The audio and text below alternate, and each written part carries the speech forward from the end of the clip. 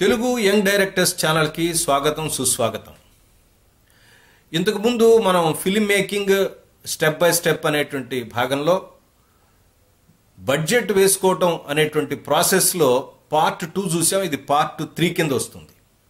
Part 2లో మనం ఆర్టిస్టుల యొక్క లిస్ట్ ఎలా తయారు చేసుకోవాలి అంటే ఆ లిస్ట్ తయారు చేసుకోవటం వలన సినిమాలో ఎన్ని సీన్లు ఉన్నాయి, ఒక్కొక్క ఆర్టిస్ట్కి అతన్ని ఎన్ని రోజులు మనం కాల్ షీట్లు తీసుకోవాలి, కాల్ షీట్ అంటే డేస్ తీసుకోవాలి అనేది నిర్ణయించుకోవడానికి ఆ లిస్ట్ ఉపయోగపడుతుంది అనుకున్నాము. ఆ తర్వాత మరొక లిస్ట్ టెక్నీషియన్స్ లిస్ట్. అంటే మనకి సినిమాలో 24 క్రాఫ్ట్స్ ఉంటాయని చెప్పుకున్నాం కదండి. ఆ 24 క్రాఫ్ట్స్ ఏటో తెలుసుకోవాలనుకుంటే మన ఛానల్లోనే 24 క్రాఫ్ట్స్ మీద ఒక ఎపిసోడ్ చేశాను. మీరు వివరాలు కావాలంటే ఆ ఎపిసోడ్ చూడండి. సో మిగతా క్రాఫ్ట్స్కి సంబంధించిన వాళ్ళను కూడా మనం తీసుకోవాల్సి ఉంటుంది. వాళ్ళ రెమ్యునరేషన్స్ కూడా దీనిలో వేసుకోవాల్సి ఉంటుంది. అయితే ఈ టెక్నీషియన్స్ లిస్ట్ చేసేటప్పుడు గుర్తుపెట్టుకోవాల్సింది ఏంటంటే ఇమీడియట్గా షూటింగ్కి కావాల్సిన వాళ్ళు ముందు తీసుకుంటారు. తర్వాత వచ్చే టెక్నీషియన్స్ ఎవరైతే ఉంటారో విఎఫ్ఎక్స్ ఆర్టిస్టులు ఉన్నారనుకుందాం, వాళ్ళు తర్వాత అడుగుతారు. అలాగే ఎడిటర్ కూడా కొంచెం లేట్గా మాట్లాడతారు. సో అందుకని వాళ్ళకి అవసరమైనటువంటి టెక్నీషియన్స్ని మాట్లాడుకుంటా వెళ్తూ ఉంటారు. కానీ బడ్జెట్లో మాత్రం వాళ్ళకి ఇంత బడ్జెట్ అని, అంటే బడ్జెట్కి ఇంత బడ్జెట్ వేసామండి మీకు ఇంతకే పని చేయాలంటే వాళ్ళు పని చేస్తారా చెప్పలేం.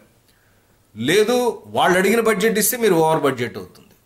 సో వాళ్ళకి టెక్నికల్ వాల్యూస్ ఏమేమి ఉన్నాయి అంటే మీరు అనుకున్నటువంటి డిపార్ట్మెంట్ సంబంధించిన టెక్నికల్ వాల్యూస్ వాళ్ళకి ఏమున్నాయో టెస్ట్ చేసుకుని మీ బడ్జెట్లో జాగ్రత్తగా రిక్వెస్ట్ చేసుకుని వాళ్ళు చేసుకోవాల్సిన బాధ్యత ఉంది.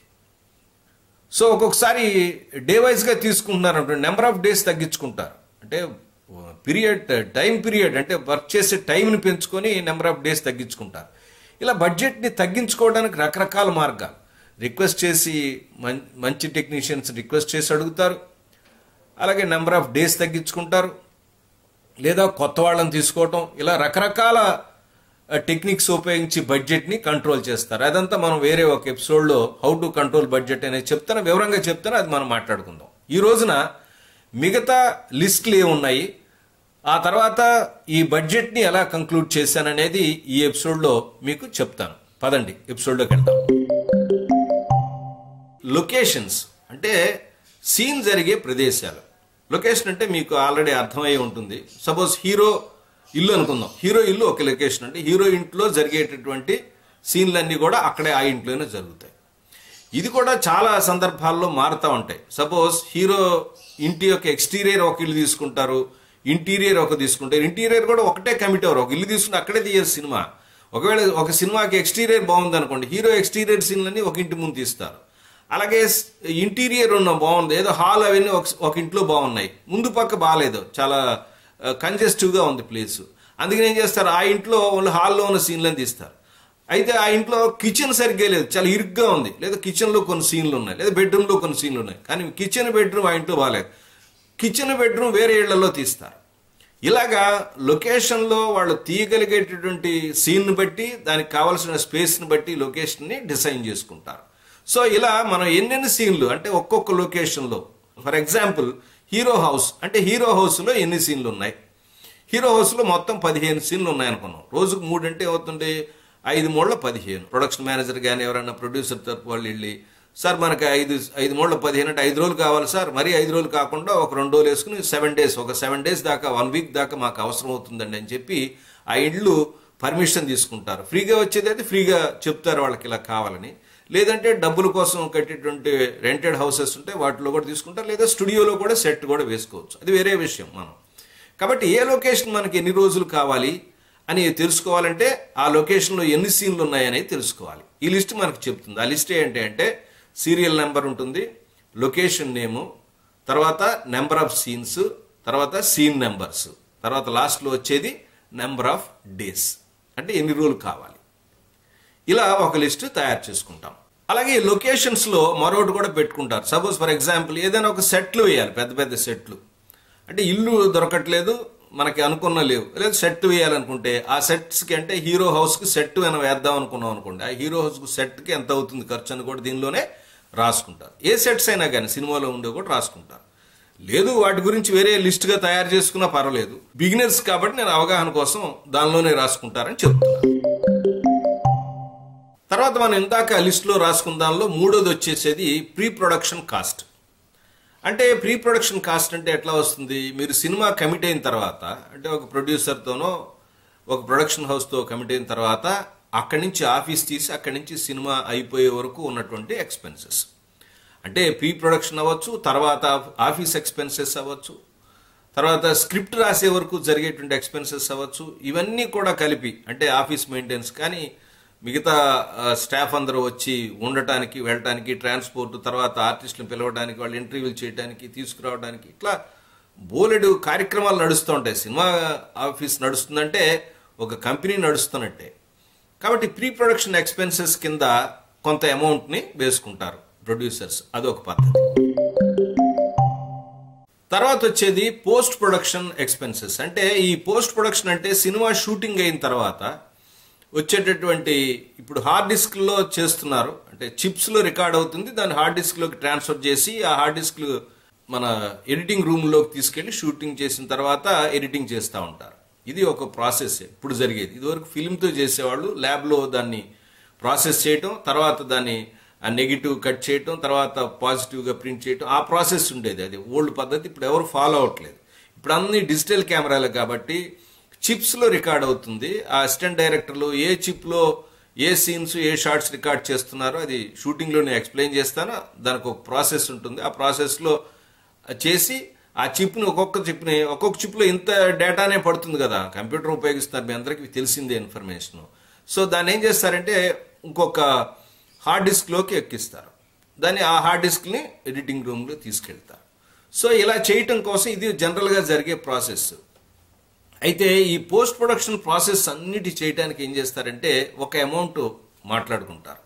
ఒక అమౌంట్, కొన్ని ప్రొడక్షన్ హౌసెస్, కొన్ని స్టూడియోస్ కూడా ఉంటాయి, చిన్న స్టూడియోస్, పెద్ద స్టూడియోస్. బడ్జెట్ని బట్టి మీకు ఇండస్ట్రీలో బోల్డ్ ఉన్నాయి. చిన్న బడ్జెట్ దగ్గర నుంచి ఒక 5 లక్షలు పోస్ట్ ప్రొడక్షన్ బడ్జెట్ మొత్తం ఇచ్చే స్టూడియో దగ్గర నుంచి 50 లక్షలు, కోట్ల రూపాయలు చేసేవి, అంటే విఎఫ్ఎక్స్తో కలుపుకుని కూడా చేసేటటువంటి స్టూడియోలు కూడా మనకి ఇవాళ హైదరాబాద్లో అవైలబిలిటీ ఉంది.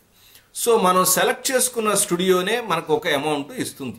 సో చిన్న సినిమా అనుకోండి, ఒక చిన్న స్టూడియో వాళ్ళు ఒక సినిమాకి ఒక 5 లక్షలు పోస్ట్ ప్రొడక్షన్ బడ్జెట్, అంటే ఒక 30 డేస్ కెమెరా, తర్వాత ఒక 150 డేస్ ఎడిటింగు, ఒక 150 డేస్ డబ్బింగు, తర్వాత మిగతా పోస్ట్ ప్రొడక్షన్ రీ రికార్డింగ్ వాటికి ఒక 100 అవర్స్, అట్లా ఒక లిస్ట్ లాగా వాళ్ళకి ఒక ప్రొఫార్మాతో ఇస్తారు మనకి. సో దానికి 5 నుంచి 6 లక్షల రూపాయలు వసూలు చేస్తారు. ఇంకొంచెం పెద్దది అయితే 15 నుంచి 20 లక్షలు ఉంటాయి. ఇంకా పెద్దవి అయితే 50 నుంచి 60 లక్షలు చేసే స్టూడియోలు కూడా ఉన్నాయి. సో మన బడ్జెట్ని బట్టి మనం ఎట్లాంటి సినిమా తీస్తున్నాం, కొత్త వాళ్ళతో తీస్తున్నామా, కొంచెం తెలిసిన ఆర్టిస్టులతో తీస్తున్నామా అని నిర్ణయం తీసుకుని ప్రొడ్యూసరు అందరూ కూర్చుని ఇలా ఏ బడ్జెట్లోకి వెళ్ళాలి అని తీసుకుని ఆ బడ్జెట్ ప్రకారం వేసుకుంటారు. నేను ఒక మీడియం సైజు సినిమా తీస్తున్నాను అనుకోండి, దానికి ఒక 20 లక్షలు పోస్ట్ ప్రొడక్షన్ బడ్జెట్ వేసుకుంటారు. ఆ తర్వాత వచ్చేది సినిమా మొత్తం అయిపోయిన తర్వాత, సినిమా అయిపోయిన తర్వాత దాన్ని డిస్ట్రిబ్యూషన్ తీసుకెళ్ళటం, అంటే ఆడియో ఫంక్షన్స్ చేయటం కానీ, తర్వాత టీజర్ రిలీజ్ ఫంక్షన్స్ కానీ, తర్వాత డిస్ట్రిబ్యూషన్ చేయటం కోసం అంటే దాని పబ్లిసిటీకి కావాల్సినటువంటి మెటీరియల్ తీసుకురావడం కానీ, పబ్లిసిటీ ప్లానింగ్ చేయటం కానీ. వాళ్ళ పబ్లిసిటీ రకరకాల మాధ్యమాల్లోకి వెళ్ళిపోయింది. సో ఒక్కొక్క మాధ్యమానికి, ఒక్కొక్క మీడియంకి ఒక్కొక్క అమౌంట్ తీసుకుంటూ ఉంటారు. వాళ్ళ బోల్డ్ రకాలైనటువంటి పబ్లిసిటీ నడుస్తుంది. ఆ పబ్లిసిటీ అనేది ఇంకో స్పెషల్ ఎపిసోడ్ కింద మనం మాట్లాడుకుందాం. ఇక్కడ ప్రొడ్యూసర్లు వేసుకునేది ఏంటంటే సింపుల్గా ఒక బడ్జెట్ పెట్టుకుంటారు. ఇక్కడ సినిమా ఇండస్ట్రీలో ఉన్న నానుడు ఏంటంటే, సపోజ్ ఒక 1 కోటి రూపాయలతో సినిమా తీశారనుకోండి, చెప్పాలంటే దానికి ఫిలిం బడ్జెట్ ఎంత ఉంటుందో ఇవాళ రేపు సినిమాని ప్రమోట్ చేయడానికి దాని బడ్జెట్లో సగం బడ్జెట్ దాకా ఖర్చు చేయాల్సిన పరిస్థితి ఏర్పడుతుంది. లేకపోతే ఆ సినిమా ఉందనే విషయం కూడా తెలియట్లేదు. అంటే 1 కోటి రూపాయల సినిమాకి 50 లక్షల రూపాయల పబ్లిసిటీ బడ్జెట్ కూడా ఉంచుకోవాల్సిన అవసరం ఉంది. మరి ఇంత కష్టంగా సార్ చేయలేమా అని అంటే, ఇవాళ రేపు సినిమాని తీసుకెళ్ళటం అనేది, పబ్లిక్లోకి తీసుకెళ్ళటం, పాపులారిటీ చేయటం అనేది కొంచెం ఇబ్బందికరమైన అంశమే. కానీ బడ్జెట్ వేసుకోవాలి కదా ప్రొడ్యూసరు, అందుకని దానికి కూడా ఒక బడ్జెట్ని వేసుకుంటారు. ఇప్పుడు ఇందాక చెప్పినట్టుగా ఈ 5-6 డిపార్ట్మెంట్లకు ఉన్న బడ్జెట్ అంతా కూడా, అంటే ఆర్టిస్టులకి, టెక్నీషియన్స్కి అంతా కలిపి ఇంత ఒక ఆర్టిస్టులకి సుమారుగా టెక్నీషియన్ అందరూ కలిపి ఒక 2 కోట్లు వేసుకుందాం అనుకోండి. సో ప్రీ ప్రొడక్షన్కు అంటే స్క్రిప్ట్ తయారవడానికి వాళ్ళకి కూర్చోడం ₹1 కోటి వేసుకున్నారు అనుకోండి. ఆ తర్వాత పోస్ట్ ప్రొడక్షన్కు ₹1 కోటి వేసుకున్నారు, డిస్ట్రిబ్యూషన్కి ₹1 కోటి వేసుకున్నారు. ఎన్ని అయినాయి? ఈ ఒక 3 + 2 5 కోట్లు అయిపోలా, అలా అనమాట. రఫ్గా ఇలా చెప్పుకోవచ్చు. ఇవేమీ లేకుండా కూడా సినిమా ఇండస్ట్రీలో జనరల్గా అంటే అందరూ ఇలా చేస్తారా సార్ అంటే, మనం కొత్త వాళ్ళం కాబట్టి మనకు అవగాహన కోసం, ఎదుటి వాళ్ళకి ఎక్స్ప్లెయిన్ చేయడం కోసం, ఎక్కడెక్కడ బడ్జెట్ ఖర్చు పెడుతున్నానో, ఎంతమంత రఫ్గా అలోకేట్ చేశానో చెప్పడం కోసం, అవగాహన ఉన్నది ఇతనికి అని తెలియచెప్పడం కోసమే ఉద్దేశం. కానీ మీరు వేసిందే ఫైనల్ బడ్జెట్ అని మాత్రం అనుకోకండి. ఇవేమి లేకపోయినా ప్రొడక్షన్ హౌస్లో వైట్ పేపర్ తీసుకుని ధన ఆర్టిస్టులకి రెమ్యునరేషన్కి రఫ్గా వేసిన సందర్భాలు కూడా చాలా ప్రొడక్షన్ హౌస్ల్లో చేస్తారు. అందరూ ఇదే ప్రొసీజర్ చేస్తారా అంటే స్టాఫ్ ఉంటే చేస్తారు, లేకపోతే నేను ఒక చిన్న మనకి ఇన్సెట్లో ఇక్కడ ఇస్తాను, నేను లిస్ట్ కూడా చూడండి. ఇదొక ప్రొడక్షన్ హౌస్ వాళ్ళు వేసినటువంటి బడ్జెట్ వైట్ పేపర్ మీద తీసుకుని దందన వేశారు. దీని ఫోటోగ్రాఫ్ కూడా పక్కన పెడతారు, మీరు చూడొచ్చు. అయితే ఎందుకు ఇట్లా పేపర్ల మీద వేస్తారంటే ఇవన్నీ జనరల్గా బడ్జెట్ సంబంధించిన మ్యాటర్స్, ఏవైతే ఖర్చు పెట్టారు ఈ మ్యాటర్స్ అన్ని బయటకి ఇవ్వరు. నాకు వచ్చిన పేపర్ కూడా ఆ సినిమా ప్రొడక్షన్ హౌస్లో పనిచేస్తాడు, చిత్తుకాయితాలు పడి ఉంటే ఇది ప్రొడక్షన్ బడ్జెట్ కదా అని తీసి పెట్టుకుని ఇదే మన స్టూడెంట్స్కి అప్పుడప్పుడు చూపిస్తూ ఉంటాం. జనరల్గా బయటకు రానివ్వరు, ఇది కాన్ఫిడెన్షియల్ మ్యాటర్. ఎవరికెంత ఇచ్చారు, ఎవరికెంత ఖర్చు పెట్టారు అనేది జనరల్గా రానివ్వరు. సో అందుకని ఈ విషయాలు మనకి పీడిఎఫ్లు తర్వాత ఎక్సెల్ షీట్లు దొరుకుతాయి, కానీ ఎవరెవరికి ఎంతెంత రెమ్యునరేషన్ ఇచ్చారు, ఏమి ఇచ్చారు అని కంపెనీ యొక్క సీక్రెట్ ఇన్ఫర్మేషన్ మనకు తెలియదు. పాతవైనా కూడా బయటకు పెట్టరు, ఎందుకునో పక్కన పారేస్తారు, కానీ పెద్ద పట్టించుకోరు. ఇవన్నీ ప్రొడ్యూసర్లో వాళ్ళ యొక్క పర్టికులర్ సర్కిల్లో తిరిగేటటువంటి మ్యాటర్. అయ్యేటప్పటికి నేను ఈ రఫ్గా ఇస్తాను. ప్రొడక్షన్ హౌస్ నేము లేదు, సినిమా సంబంధించి లేదు, కాబట్టి ఎట్లా వేసుకున్నారంటే మీకు అవగాహన కోసం ఈ లిస్టులు ఏం లేకుండా రఫ్గా ఇట్లా కూడా వేసుకోవచ్చు. సినిమాకి ఎంత ఖర్చు అవుతుందని వేసినా కూడా సెట్ అవుతుంది. లేదు సార్ నేను పద్ధతికి వెళ్తానంటే ఈ పద్ధతిగా మీరు బడ్జెట్ వేసినట్టయితే ఒక అవగాహన వస్తుంది, మీ సినిమాకి ఎంత ఖర్చు అవుతుందనే విషయాన్ని మీరు తెలుసుకోగలుగుతారు. అలాగే ఎవరైనా అడిగినా కూడా ఈ డిపార్ట్మెంట్కి ఎంత ఖర్చు అవుతుంది, దీనికి ఎంత ఖర్చు అవుతుందని వివరించి మీరు చెప్పగలుగుతారు. ఇది బడ్జెట్ వేసుకునే విధానం. నాకు తెలిసి మీకు కొద్దిగా అవగాహన అయిందని అనుకుంటున్నాను. సంతోషం. ఇంకేదైనా డీటెయిల్స్ ఉంటే మీరు అడగండి, తప్పకుండా నేను చెప్పడానికి ప్రయత్నిస్తాను.